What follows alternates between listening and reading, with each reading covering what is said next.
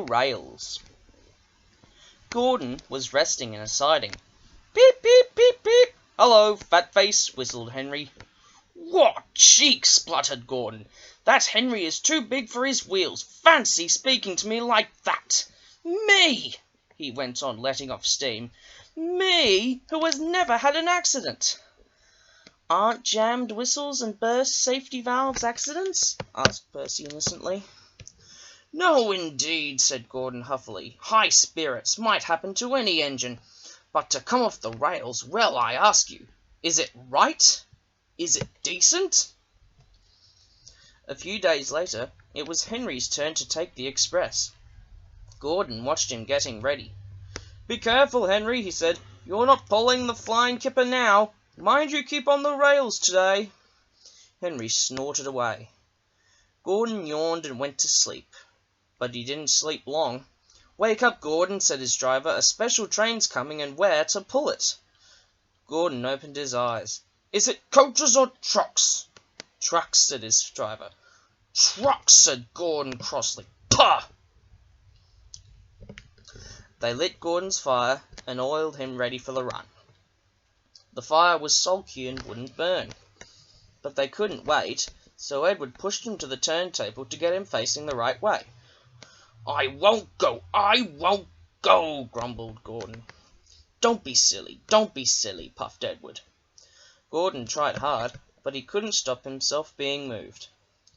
At last he was on the turntable. Edward was coupled and backed away, and Gordon's driver and fireman jumped down to turn him round. The movement had shaken Gordon's fire. It was now burning nicely and making steam. Gordon was cross and didn't care what he did. He waited till the table was halfway round. I'll show them," he hissed, and moved slowly forward. He only meant to go a little way, just far enough to jam the table and stop it turning, as he had done once before. But he couldn't stop himself, and slithering down the embankment he settled in a ditch.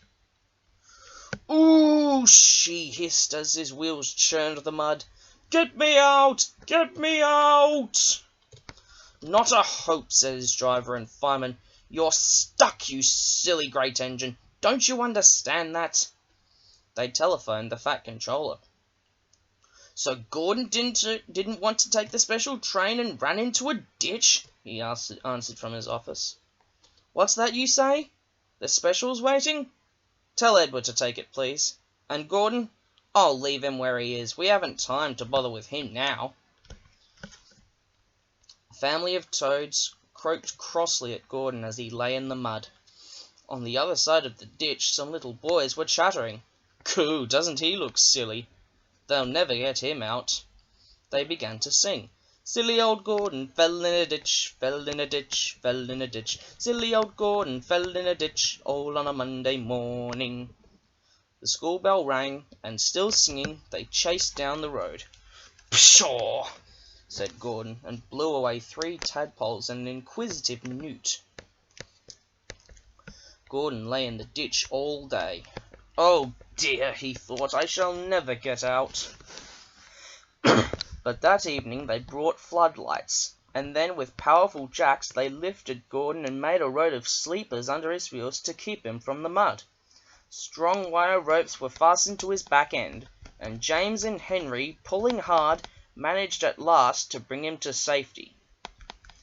Late that night Gordon crawled home, a sadder and wiser engine.